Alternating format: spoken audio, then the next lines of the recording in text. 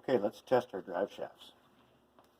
So, as you can see, here is, we put in the small drive shafts, and we're on track 2, and we're going to try to cross over on that switch.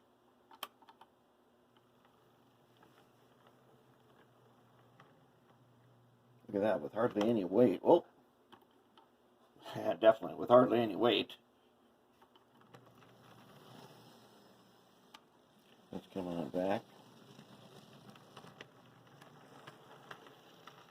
Not too bad. It's actually pretty decent. Let's go again. Oh, so we got a little, possibly a little track problem here. But, oh yeah, we did.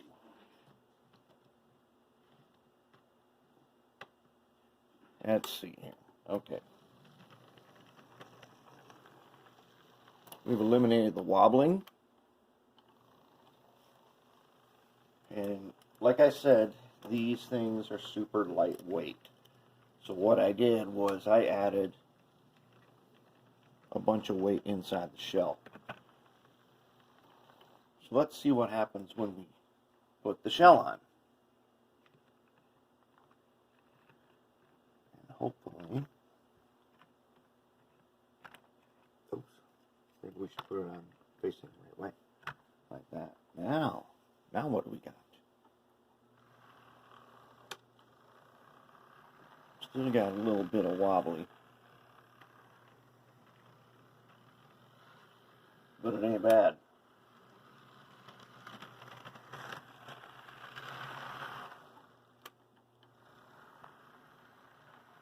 Sounds pretty good.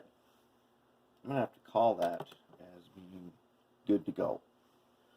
And now we can move on to the next phase. We got all 3 of them, as you can see here.